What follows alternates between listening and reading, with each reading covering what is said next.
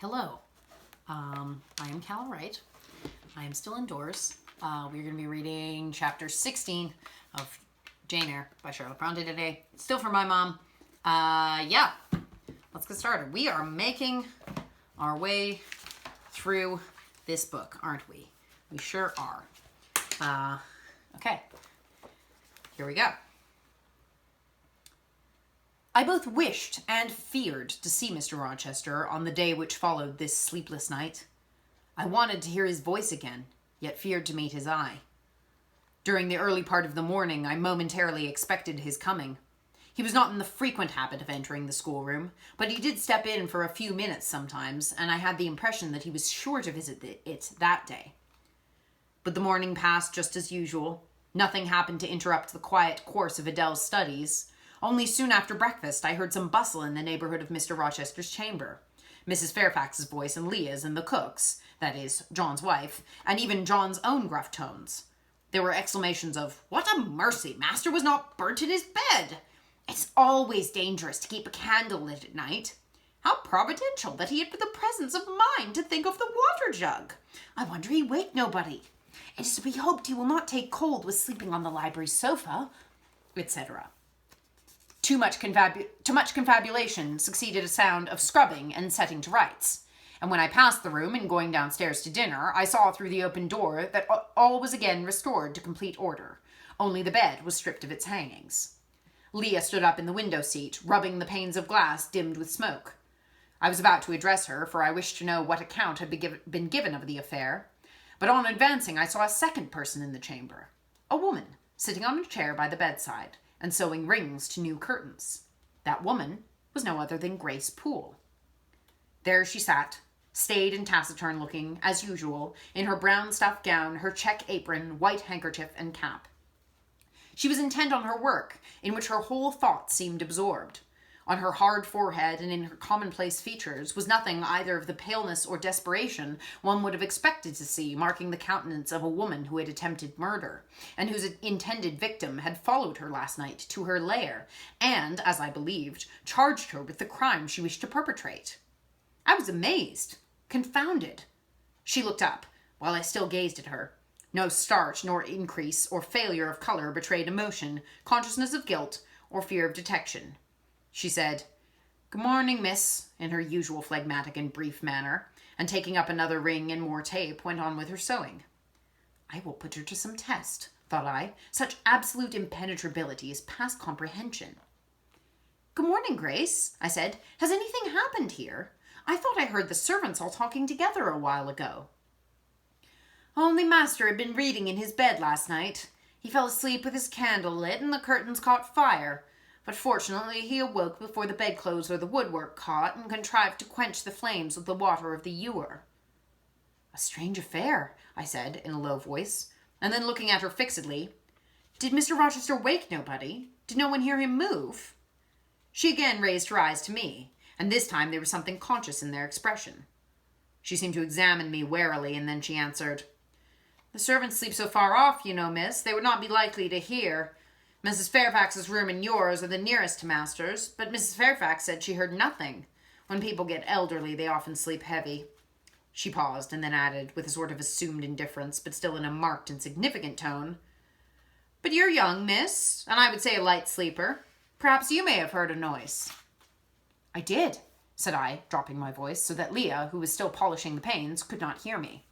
"And at first I thought it was Pilot, but Pilot cannot laugh, and I am certain I heard a laugh, and a strange one." She took a new needle full of thread, waxed it carefully, threaded her needle with a steady hand, and then observed, with perfect composure, "It's hardly likely master would laugh, I should think, miss, when he was in such danger. You must have been dreaming." "I was not dreaming," said I, with some warmth, for her brazen coolness provoked me. Again she looked at me, and with the same scrutinizing and conscious eye. "Have you told master that you heard a laugh?" she inquired. "I've not had the opportunity of speaking to him this morning." "You did not think of opening your door and looking out into the gallery?" she further asked. She appeared to be cross-questioning me, attempting to draw from me information unawares. The idea struck me that if she discovered I knew or suspected her guilt, she would be playing off some of her malignant pranks on me. I thought it advisable to be on my guard. On the contrary, said I bolted my door. Then you're not in the habit of bolting your door every night before you get into bed? Fiend, she wants to know my habits, that she may lay her plans accordingly. Indignation again prevailed over prudence. I replied sharply, Hitherto I've often admitted to fasten the bolt. I didn't think it necessary. I was not aware any danger or annoyance was to be dreaded at Thornfield Hall. But in future, and I laid marked stress on the words, I shall take good care to make all secure before I venture to lie down. It will be wise to do so, was her answer. This neighborhood is as quiet as any I know, and I've never heard of the hall being attempted by robbers since it was a house, though there are hundreds of pounds worth of plate in the plate closet, as is well known. And you see, for such a large house, there are very few servants, because master has never lived here much, and when he does come, being a bachelor, he needs a little waiting on. But I always thought it best to err on the safe side. A door is soon fastened, and it is as well to have a drawn bolt between one and any mischief that may be about. A deal of people, miss, are for trusting all to Providence, but I say Providence will not dispense with the means, though he often blesses them when they are used discreetly. And here she closed her harangue, a long one for her, and uttered with the demureness of a Quakeress. I stood still, absolutely dumbfounded at what appeared to me her miraculous self-possession and most inscrutable hypocrisy when the cook entered. Mrs. Poole, said she, addressing Grace, the servants' dinner will soon be ready. Will you come down? No, just put my pint of porter and a bit of pudding on a tray. I'll carry it upstairs. You'll have some meat? Just a morsel and a taste of cheese, that's all. And the sago? Never mind it at present. I shall be coming down before tea time. I'll make it myself.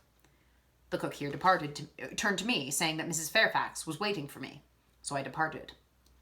I had hardly heard Mrs. Fairfax's account of the curtain conflagration during dinner, so much was I occupied in puzzling my brains over the enigmatical character of Grace Poole, and still more in pondering the problem of her position at Thornfield, and questioning why she had not been given into custody that morning, or at the very least dismissed from her master's service. He had almost as much declared his conviction of her criminality last night. What mysterious cause withheld him from accusing her? Why had he enjoined me, too, to secrecy? It was strange. A bold, vindictive, and haughty gentleman seemed somehow in the power of one of the meanest of his dependents. So much in her power that even when she lifted her hand against his life, he dared not openly charge her with the attempt, much less punish her for it.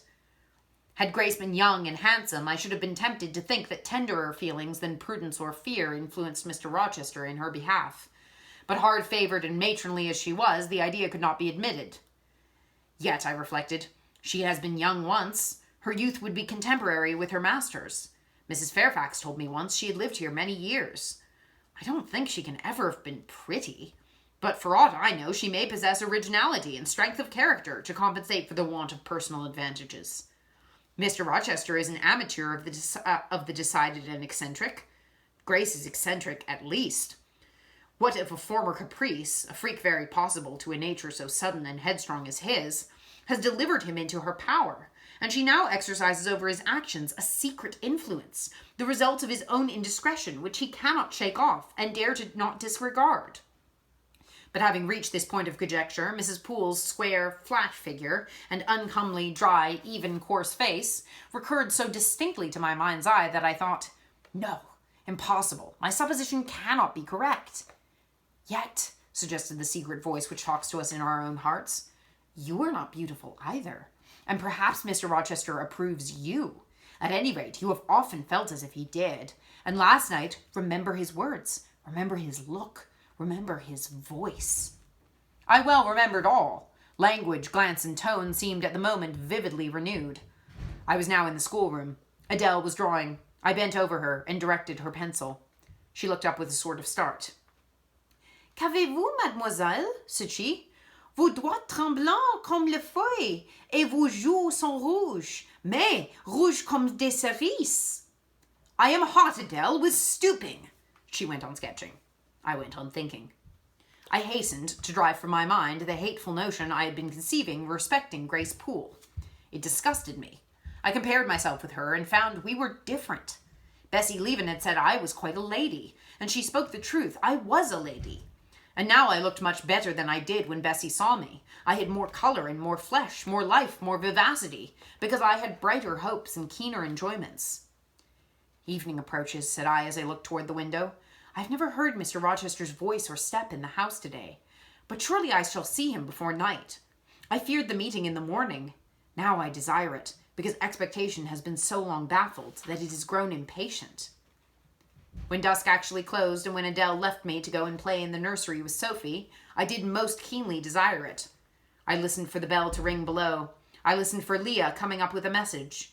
I fancied sometimes I heard Mr. Rochester's own tread, and I turned to the door, expecting it to open and admit him. The door remained shut.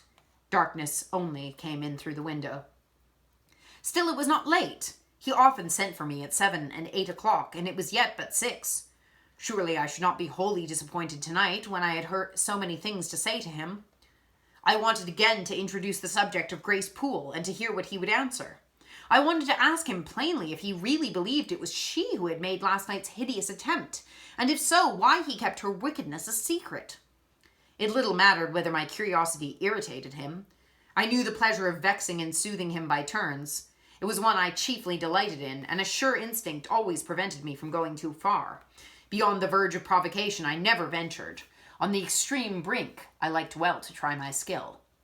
Retaining every minute form of respect, every propriety of my station, I could still meet him in argument without fear or uneasy restraint.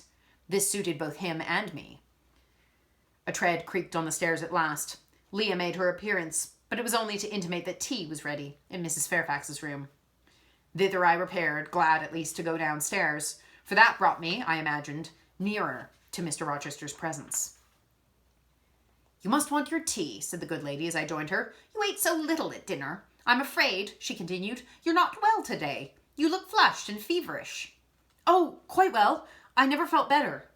"Then you must prove it by evincing a good appetite. Will you fill the teapot while I knit off this needle?"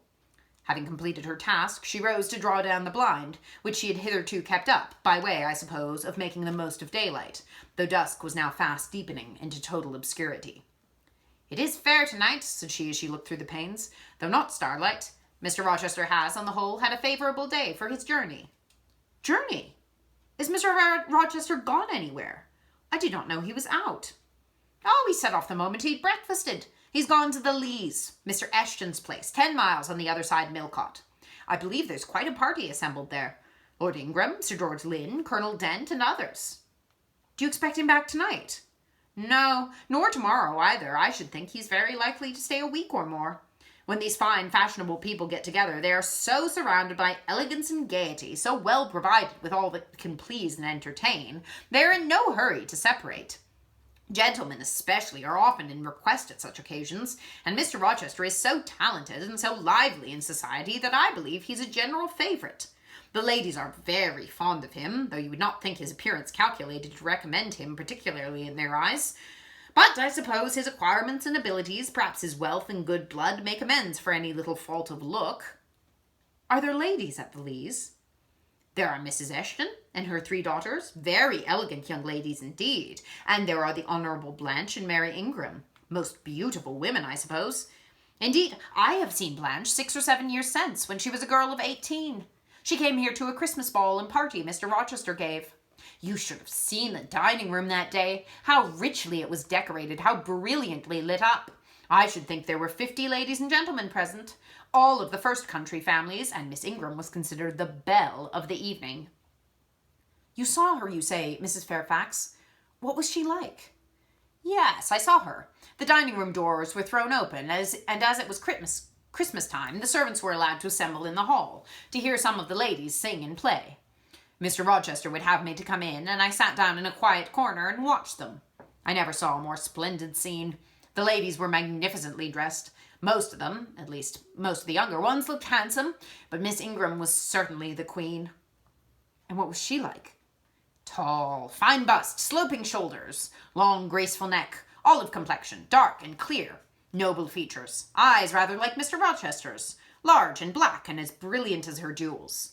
And then she had such a fine head of hair, raven black and so becomingly arranged, a crown of thick plaits behind, and in the front the longest, the glossiest curls I ever saw." She was dressed in pure white. An amber-colored scarf was passed over her shoulder and across her breast, tied at the side, and it was passed over her and descending in long fringed ends below her knee. She wore an amber-colored flower, too, in her hair. It contrasted well with the jetty mass of her curls. She was greatly admired, of course. Yes, indeed, and not only for her beauty, but for her accomplishments. She was one of the ladies who sang. A gentleman accompanied her on the piano. She and Mr. Rochester sang a duet. Mr. Rochester? I was not aware he could sing. Oh, he has a fine bass voice and an excellent taste for music. And Miss Ingram, what sort of voice had she? A very rich and powerful one. She sang delightfully. It was a treat to listen to her, and she played afterwards. I am no judge of music, but Mr. Rochester is, and I heard him say her execution was remarkably good. And this beautiful and accomplished lady, she's not yet married. It appears not. I fancy neither she nor her sister have very large fortunes. Old Lord Ingram's estates were chiefly entailed, and the eldest son came in for everything, almost. But I wonder no wealthy nobleman or gentleman has taken a fancy to her. Mr. Rochester, for instance. He's rich, is he not? Oh, yes, but you see there is a considerable difference in age. Mr. Rochester is nearly 40. She is but 25. What of that? More unequal matches are made every day. True, yet I should scarcely fancy Mr. Rochester would entertain an idea of the sort. But you eat nothing. You've scarcely tasted since you began tea. No, I'm too thirsty to eat. Will you let me have another cup? I was about again to revert to the probability of a union between Mr. Rochester and the beautiful Blanche, but Adele came in, and the conversation was turned to another channel. When once more alone, I reviewed the information I'd got, looked into my heart, examined its thoughts and feelings, and endeavored to bring back with a strict hand such as had been straying through imagination's boundless and trackless waste into the safe fold of common sense. Arraigned at my own bar, memory having given her evidence of the hopes, wishes, sentiments I had been cherishing since last night, of the general state of mind in which I had indulged for nearly a fortnight past, reason having come forward and told, in her own quiet way, a plain, unvarnished tale, showing how I had rejected the real and rabidly devoured the ideal, I pronounced judgment to this effect: that a greater fool than Jane Eyre had never breathed the breath of life, that a more fantastic idiot had never surfeited herself on sweet lies and swallowed poison as if it were nectar. You, I said, a favorite with Mr. Rochester? You, gifted with the power of pleasing him? You of importance to him in any way? Go, your folly sickens me. And you have derived pleasure from occasional tokens of preference, equivocal tokens shown by a gentleman of family and a man of the world to a dependent and a novice. How dared you? Poor stupid dupe. Could not even self-interest make you wiser? You repeated to yourself this morning the brief scene of last night. Cover your face and be ashamed. He said something in praise of your eyes, did he, blind puppy? Open their bleared lids and look on your own accursed senselessness. It does good to no woman to be flattered by her superior, who cannot possibly intend to marry her, and it is madness in all women to let a secret love kindle within them, which, if unreturned and unknown, must devour the life that feeds it, and, if discovered and responded to, must lead, ignis fatuus-like, into miry wilds, whence there is no extrication. Listen, then, Jane Eyre, to your sentence. Tomorrow, place the glass before you, and draw in chalk your own picture, faithfully, without softening one defect, omit no harsh lines, smooth away no displeasing irregularity. Write under it, portrait of a governess, disconnected, poor, and plain. Afterwards, take a piece of smooth ivory. You have one prepared in your drawing box. Take your palette, mix your freshest, finest, clearest tints. Choose your most delicate camel hair pencils. Delineate carefully the loveliest face you can imagine. Paint it in your softest shades and sweetest hues, according to the description given by Mrs. Fairfax of Blanche Ingram. Remember the raven ringlets, the oriental eye. What, you revert to Mr. Rochester as a model? Order! No snivel, no sentiment, no regret. I will endure only sense and resolution. Recall the august yet harmonious lineaments, the Grecian neck and bust. Let the round and dazzling arm be visible, and the delicate hand. Omit neither diamond ring nor gold bracelet. Portray faithfully the attire, aerial lace and glistening satin, graceful scarf and golden rose. Call it Blanche, an accomplished lady of rank. Whenever in future you should chance to fancy Mr. Rochester thinks well of you, take out these two pictures and compare them. Say, Mr. Rochester might probably win that noble lady's love, if he chose to strive for it. Is it likely he would waste a serious thought on this indigent and insignificant plebeian? I'll do it, I resolved, and having framed this determination, I grew calm and fell asleep. I kept my word. An hour or two sufficed to sketch my own portrait in crayons, and in less than a fortnight I had completed an ivory miniature of an imaginary Blanche Ingram. It looked a lovely face enough, and when compared with the real head in chalk, the contrast was as great as self-control could desire. I derived benefit from the task. It had kept my head and hands employed, and had given force and fixedness to the new impressions I wished to stamp indelibly on my heart. Ere long I had reason to congratulate myself on the course of wholesome discipline to which I had thus forced my feelings to submit. Thanks to it, I was able to meet subsequent occurrences with a decent calm, which, had they found me unprepared, I should probably have been unequal to maintain, even externally. And that is the end of that chapter. I think it is, what was I going to say that was interesting in that? This beauty thing, man. Physical beauty, inner beauty, beauty keeps coming up. I didn't realize I forgot it was such a huge part of the book, but they talk about it a lot. Like, I think internal versus external is also a big thing that comes up for beauty, but also just like in general. Like she says that thing about how she's drifting away from the real and focusing on the ideal instead. What's in her head. But, however, something that I found really ironic and really interesting is, okay, so Jane is not perhaps quite Adele or Celine or Blanche Ingram or whatever, these sort of idealized versions of femininity and beauty and of feminine beauty, but she is also not Grace Poole. She isn't, Grace Poole is like, I find that really interesting how Grace Poole is painted as like the ultimate in plainness, both physically but also just like she speaks very plain and she just is a very plain person, I guess. And I think that's really interesting, the contrast between Jane and Grace and this whatever figure or being or whatever that is like doing this laughing at night and setting the fires and stuff, because it makes and then also between that whole thing and this sort of idealized picture of femininity, which never, at least so far, really appears in the book. Like Adele kind of, but Adele is a child, so not really.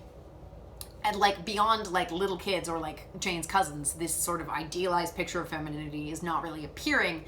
But then you have Grace contrasted with this being who is setting the fire, who set the fire and who is laughing. And it's funny how obvious it is.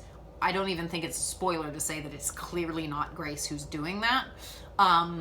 Because it's this thing that Rochester talked about before, where it's like, you can say all you want about somebody, you can talk all you want about what kind of person you are, but that doesn't mean anything as compared to your actions. So like Grace's actions are clearly proving that she is not this character, even though everyone says she is. And it's also interesting how much more similar this laughter and the setting of the fires and this sort of the spooky little midnight rendezvous that Jane and Rochester have in the last chapter, how much the laughter, whatever force is doing this laughing, is being compared to Jane, and how much it's being painted as sort of similar to Jane, that she and Rochester and this laughter are creatures of a world that other people just don't understand. And so then that sort of makes,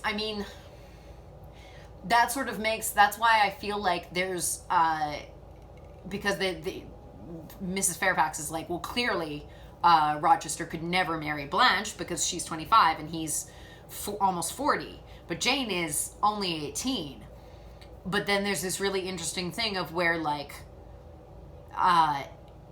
you know, we say out, like, the facts are that she's only 18, but then when you get into these conversations with her in Rochester, or like even the thoughts that she has inside her head, even that, like, this whole berating passage where she's telling herself she's stupid and ugly and blah blah blah and all this stuff, is so similar to Rochester. Yeah, super interesting. I'm very intrigued to see where this goes, this internal, external, you know, different kinds of people and how they interact with each other in the world, and, you know, that kind of thing. Idealism versus the real. And if you want, it just made me think of this. My partner and I are currently reading Middlemarch right now by George Eliot. And in that book, like, the whole book is so much about, like, the perception of, like, perception versus reality. Like, what you think about somebody and then what they are in reality, and how it feels to be confronted by the reality of someone when you had an idea of them already, which is super interesting. Another thing, I'll shut up soon, I promise. Another thing I noticed in this that I also thought was interesting is, okay, so in the Gothic novel was a very popular form during this time period, very, very popular. This is a Gothic novel. Wuthering Heights is a Gothic novel. You know, Gothic novels. Jane Austen's Northanger Abbey is sort of a Gothic novel. It's like a fake, almost like a fake out Gothic novel, because the main character is obsessed with Gothic novels, and so every time she goes and visits her love interest's big house, and spends the entire time being like, there's a mystery, there was like a woman shut up in this house, there's like, and then every time she'll, like, go sneaking along corridors, and then, like, a servant will find her and be like, what the heck are you doing? Why are you doing that? And there's nothing going on. It's not Gothic. It's a regular, normal house. But I find that it's interesting how much, because Jane Austen obviously was writing before the Brontes, how similar some parts of this are to parts of Northanger Abbey. This thing of, like, and I guess maybe that's just, like, the convention of the Gothic novel. The innocent protagonist goes to a house with lots of mystery, and maybe, you know, everything's not quite what it seems, and the house is sort of a character of its own, and, like, that kind of thing. But yeah, it's interesting how much Jane's own brain is feeding the Gothicness. That if Jane were different, if Jane were more like Grace Poole or Blanche Ingram, that this novel would not be a Gothic novel. Even if the same things happened in the house, it wouldn't be a Gothic novel if it were narrated by a different, less Gothic person, which I thought was really interesting, because it's kind of like, she's not a person who this stuff happens to. She is, like, an active part of this narrative, which I find really cool. Anyway, now I will shut up. I've talked long enough. Have a good day. Don't get involved in a Gothic novel, because things are going to go bad. Okay, goodbye.